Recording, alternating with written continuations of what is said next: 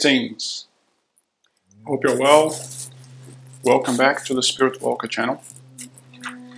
And today we're going to have a continuation or complement to the video that we had last week. So last week we discussed the Mandela Effect and the possibility that the universe or reality is a simulation, pretty much in the same sense as a computer program, like the Sims or civilization is a simulation.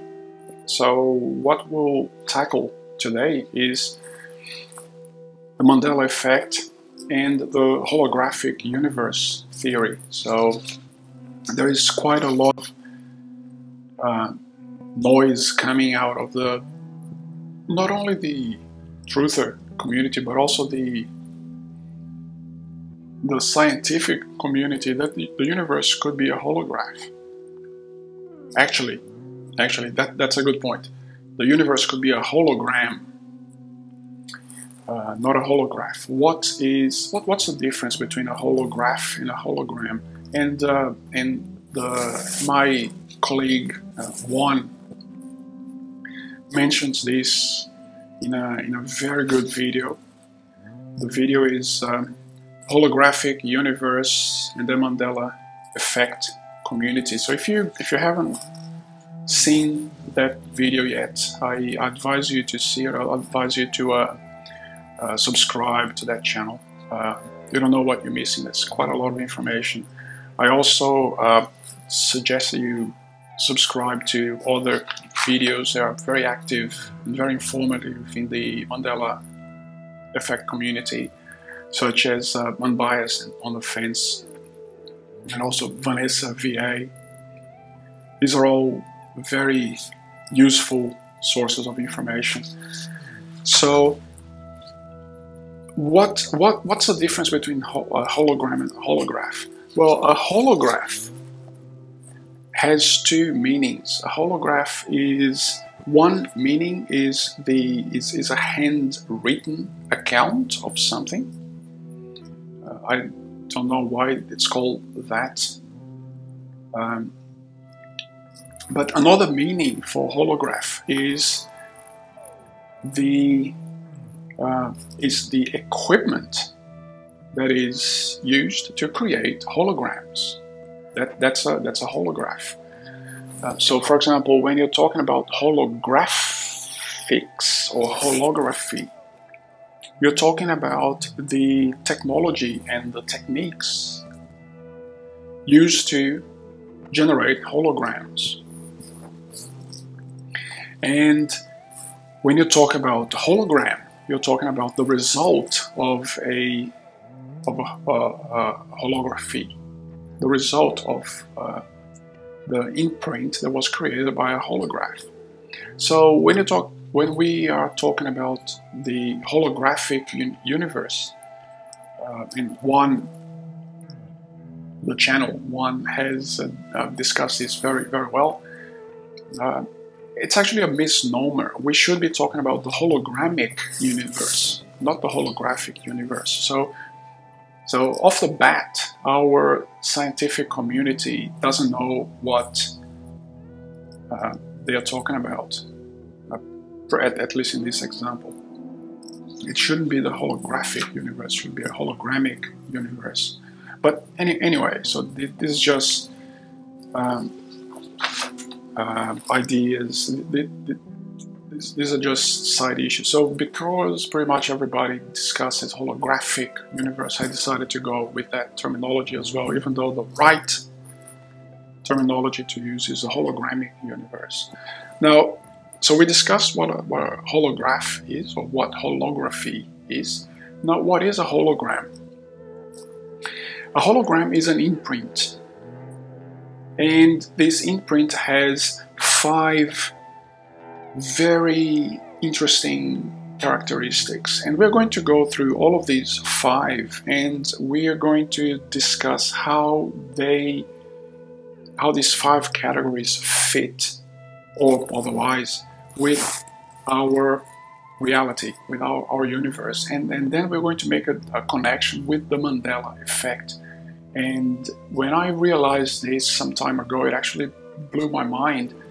But I hope that you will be at least half as surprised as I was when this came to me from whatever. So what is a hologram?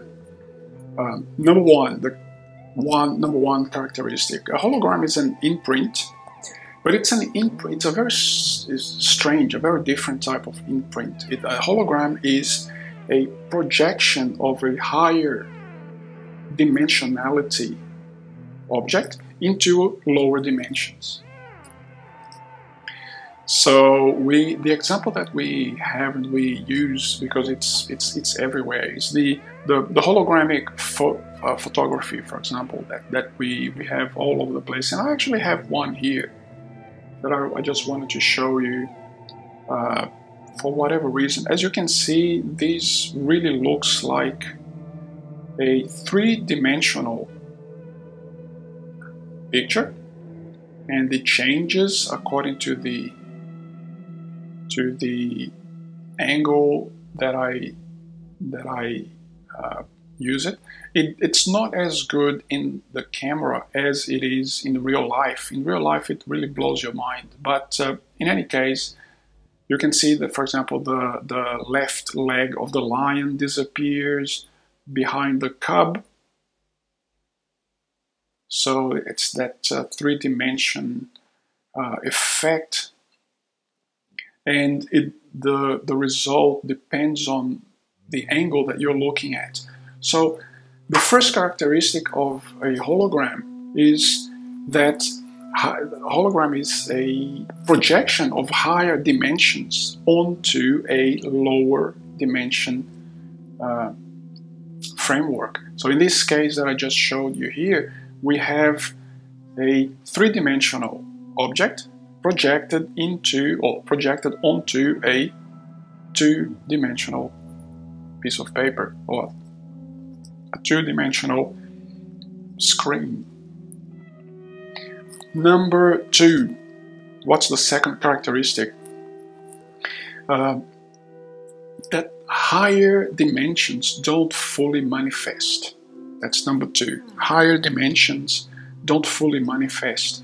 So, for example, we have the three dimensions of this hologram here, but they are not completely manifested. So, for example, in this case, if I wanted to reach out to the hind legs of the lion, I wouldn't be able to, because I'm actually talking about a two-dimensional screen. So I can't turn it around and look at that. The hologram that we have in Princess Leia, of Princess Leia in the Star Wars, that is a true three-dimensional hologram. I think that we already have the technology to do something similar to that. But in reality, it's all a trick. So the higher realities, when you collapse higher densities into a lower density screen or framework, you are going to lose something. So not all of the higher dimensions are going to be fully manifested. You're going to see some tricks suggesting that higher dimensions could be present, but you're not going to have a full manifestation of those higher dimensions. So that's number two.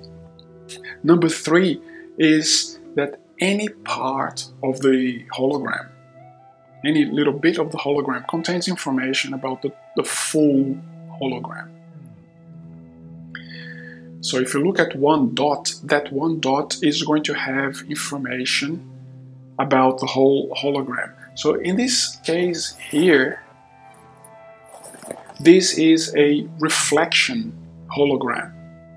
It's a reflection hologram. So you're using light. Light is reflected on a screen, and this screen has some holographic paper, and there is an actual imprint of the image in the paper, and then the light is reflected back and gives you an impression of three-dimensionality. So this is what happens with a reflection hologram.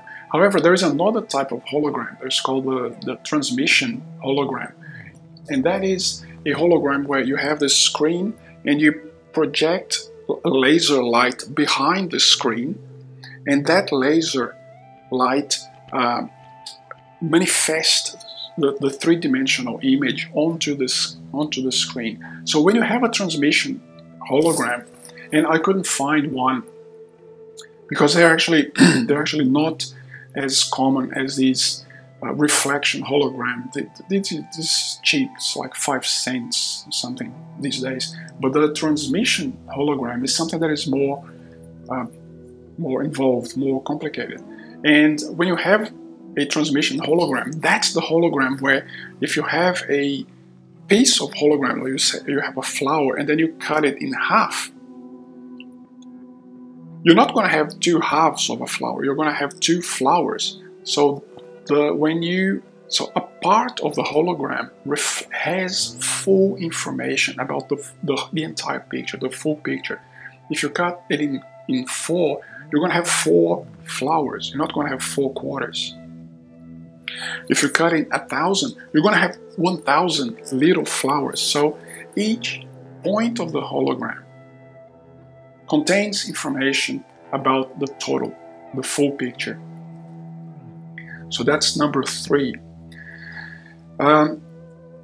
Number 4, that you can only understand and perceive a point in the hologram using information from the total. Let me give you an example of that. So this is a conventional picture. This is not a hologram. So suppose if I wanted to, I'll draw, for example, an area. Let's say I'm going to draw a square. So I just drew a square, a very small area on this picture. Now, all the information, because this is a conventional picture, all of the information that I need to know about this square is contained within the square.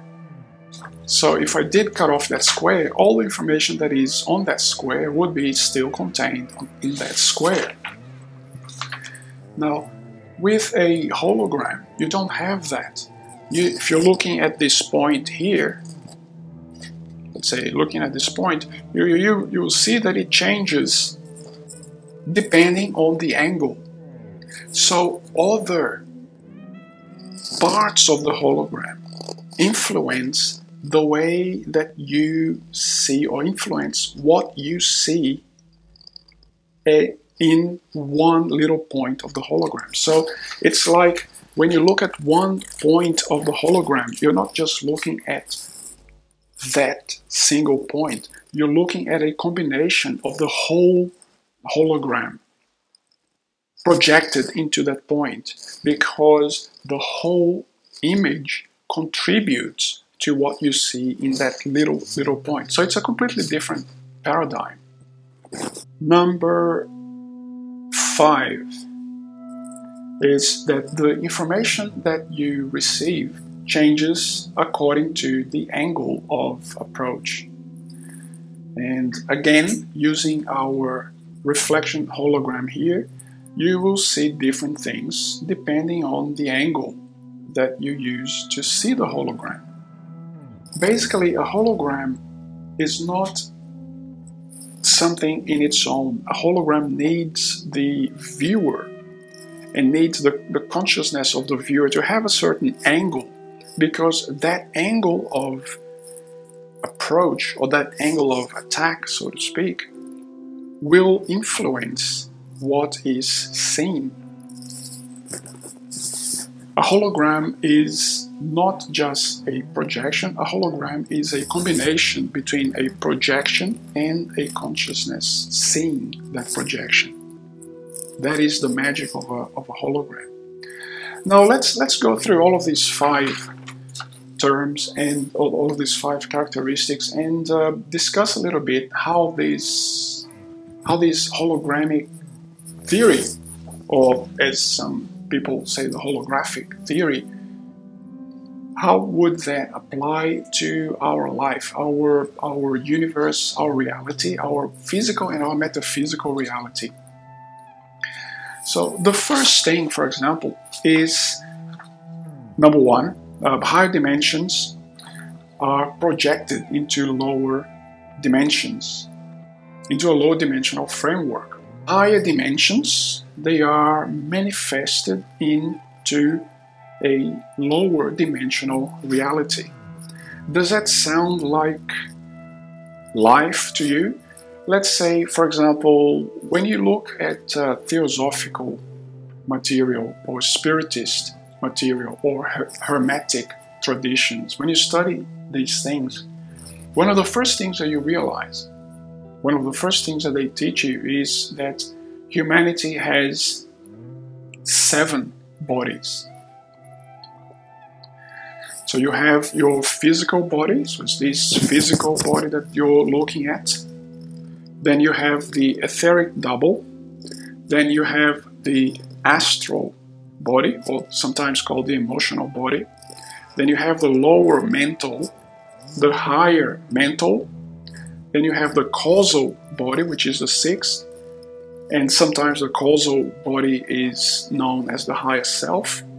And then 7, you have the monad, which is God in us. It's the divine sparkle of God in us. So you're looking at 7 bodies projected.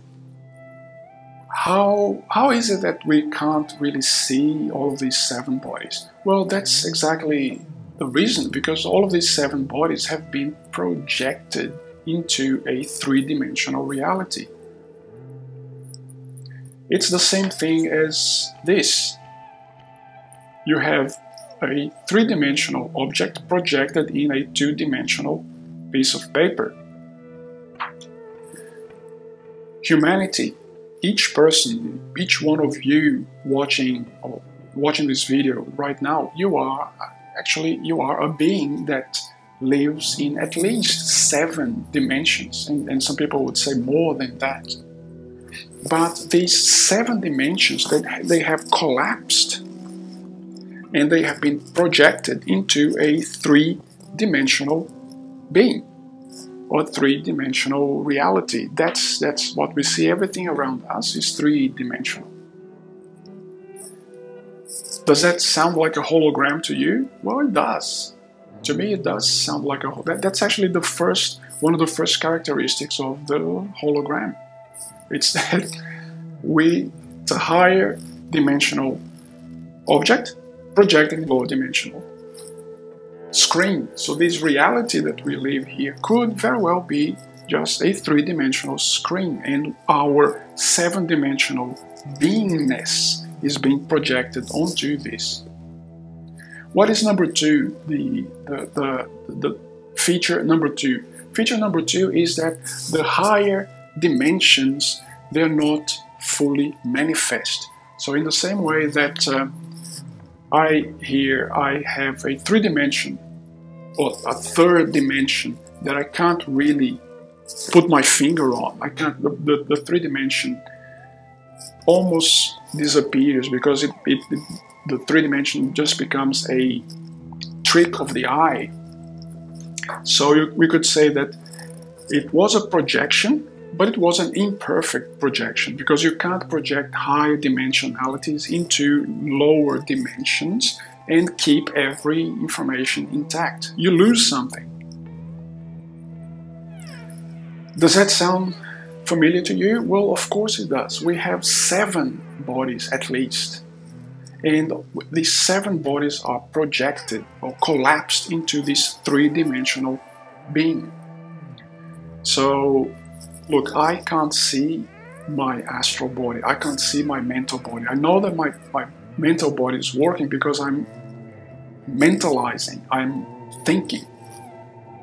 I know that my astral body works because I have emotions, and I project myself out of the body when I sleep, and sometimes I remember where I'm going, and sometimes I have lucid projections.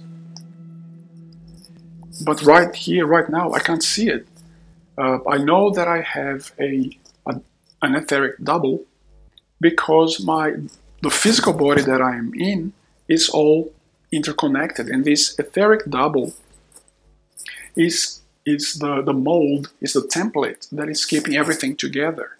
The definition of the higher realities, when they are manifested into a lower dimension screen or framework, they lose something. And of course we lose something. Some people can see auras, some people can see astral beings. That is human consciousness already getting out of the hologram. It's the human consciousness getting beyond this three-dimensional space. Number 3 states that any little bit contains the full information. Does that resonate with you? Just let me tell you a little story on quantum physics. So, for example, there is one thing in quantum physics that that the materialist scientists, they can't figure out. But basically, it's an experiment where you have a box, and the box has absolutely nothing in it, but it has a Geiger counter. A Geiger counter is, or some type of particle counter in it, but the box is 100% a vacuum, as much as it can possibly be. And there's nothing goes through, nothing goes in and out of the box. And yet, so inside the box, you only have the absolute nothingness, which is the 0-point field. And yet, what happens is that the Geiger counter, or whatever counter that is placed in, whatever subatomic particle counter that is placed inside the box, does register particles. How does that work? Well, what happens is that nothingness is not nothingness. Nothingness is full of everything. It's full of potential. So basically, the 0-point field that is inside the box, and it's everywhere. So it's inside your head right now. The 0-point field, sometimes there is a disturbance of the 0-point field, and that 0-point field, that disturbance creates a pair of particle and antiparticle. So an electron and a positron, for example. So where nothing existed, now you have a positive and a negative. And these two positives and negatives, they exist for some time, and then they collapse again. And because it's matter and antimatter, they return to nothingness. So basically you had nothing before, nothing after, but in the middle you had something. You had a positive and a negative that ended up collapsing again. And the funny thing is that the subatomic particles, so you have a positron, they can collapse into several other particles. So you could have an electron and a positron, and then the electron is going to decay in, let's say, a number of other particles. The positron is going to decay in a number of other particles. All of these particles exist for some time. Then they decay back into the positron. This one's decay back into the electron. And then the electron and the positron recombine, and then they annihilate each other, and then you have nothingness again. So this is an example of quantum physics that is quite interesting, and no one has a clue why this is the case. But the only thing that exists is this quantum field, this 0-point field, that when it's excited, it creates particles and creates antiparticles. So if you get a piece of space with nothing in it, that little piece of space with nothing in it has the potential to develop absolutely every single subatomic particle that exists in the universe. So nothingness doesn't exist. If you have a space where nothing exists, well, you have the 0-point field, which is potential for everything. Everything is in that blank space. So that little space, that little blank space that you have, has information about the entire universe. So nothingness is actually everythingness. This is from the quantum physics theories, and this matches the number 3, the assertion number 3, which is every little part of the hologram contains information about the whole hologram. So when we say that nothingness contains the entire universe, or information about the entire universe, it actually makes a lot of sense to say that our reality is a hologramic reality, because this is exactly how you would expect a hologram to function. So we just discussed the quantum physics side of things. Well, how about the archetypical mind? What is the archetypical mind? The archetypical mind is the mind of God. We have some lessons that are given to us by the Logos, the center of the galaxy, and the sub-Logos, the sun and the stars around us. So there are some lessons that we receive, and they are explicit lessons. Say, for example, Jesus came and gave us some very specific lessons. Buddha came, gave us some very specific lessons. St. Francis came and gave us some very specific lessons, and so on and so forth. However, there are some lessons that are subjectively given to us. There are lessons that are given to us through our subconscious. And these lessons, or the combination of these lessons, are what some people call the archetypical mind.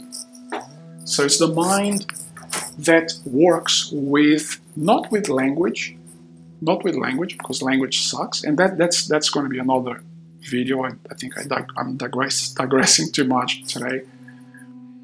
But it's a mind that works not with language, but with concepts. So how does this idea that the nothingness contains everything work with the archetypical mind? We just discussed how it works with quantum physics, and it does work, suggesting that from the quantum physics point of view, the universe could be a hologram. But let's talk about concepts and symbols, which is the archetypical mind. It's how the archetypical mind works. So, for example, what is this? This is yes, of course, this is a rubber band. So this is a rubber band, and but from the archetypical point of view, this is zero. This is nothingness. Nothing exists. So if you twist the concept of zero, you have the concept of infinity. From the archetypical mind point of view, which deals with concepts and ideas and representations and symbols, nothingness can be transformed into everything just by a simple twist.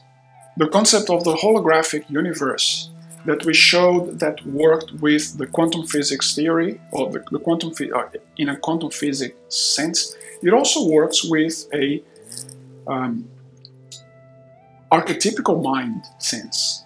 Now, what about the spiritual sense? Well, this one is easy, because what we have is that since the early biblical traditions, at least in the New Testament, the God mind has been telling us that we are part of the whole. We have God in us. We have the creation in us. The creation, the entire creation. So the body number 6, which is the astral, the causal body, which is the higher self, and the monad. These bodies are so elevated that they are already in connection with everything in the universe. So there are just a little bit of God. We are already representation of the total. We are already part of everything. So again, it dovetails, or at least it's consistent with the idea that we are living in a hologramic, everything seems to be a bit of a hologram from a whole range of different perspectives. Now let's go to number 4. Number 4 is saying you can only understand one point with information from the whole. From the spiritual point of view, this actually suggests with what I had just discussed before. So if you're going to understand us,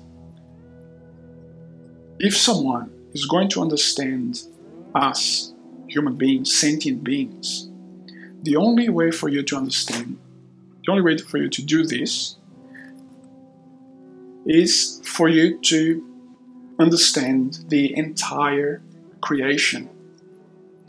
And conversely, you cannot understand the entire creation without understanding us, without understanding each individual sentient being.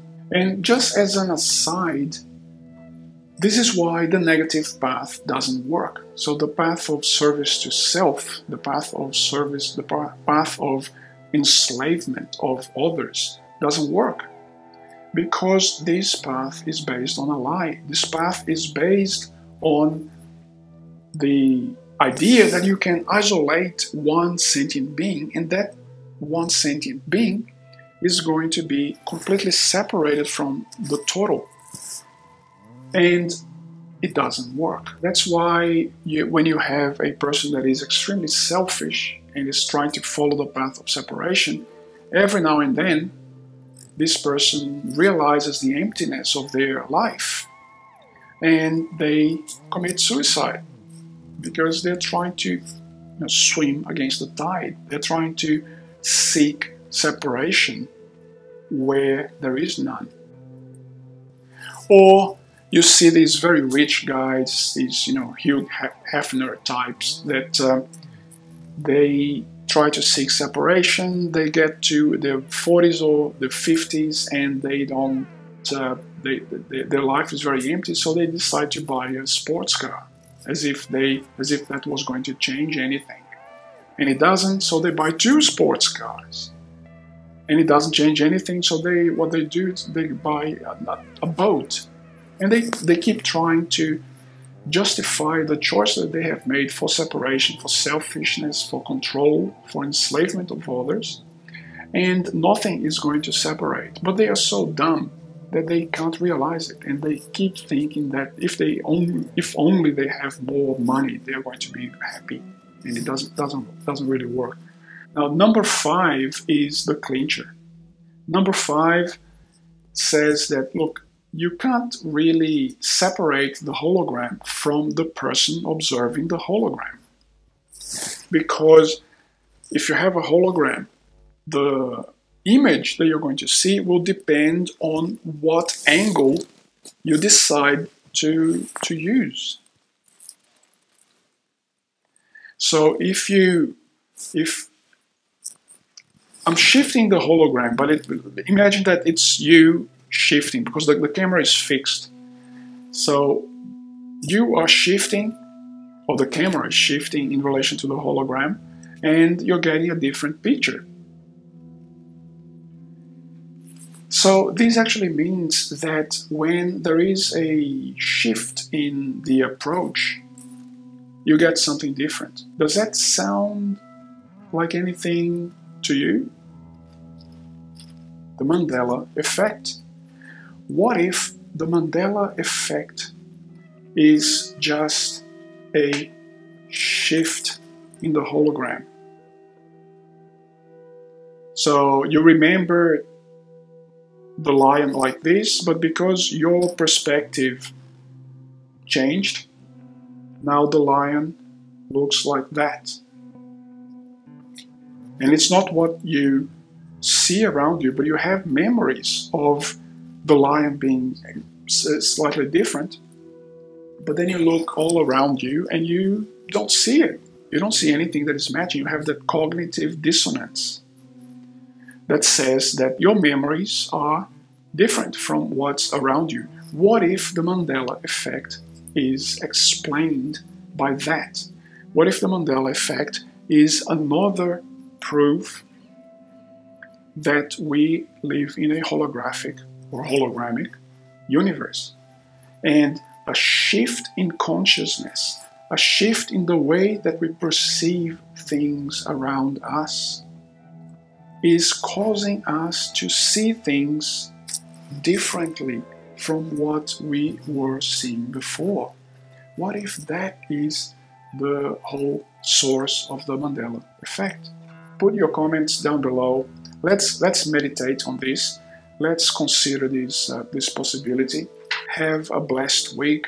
Please watch the movie of the video that I had last week with the possibility of the Mandela Effect and the possibility that the universe as we know it could be a simulation, a computer simulation. The two ideas are not mutually exclusive. Maybe our universe is a computer simulation and a hologram. It could be a computer simulated hologram. I just wanted to end this video with just one little saying that is quite useful and quite helpful. If possible, I'd like you to meditate on that. Beyond sorrow, there is happiness. But beyond both, there is peace. See you next week.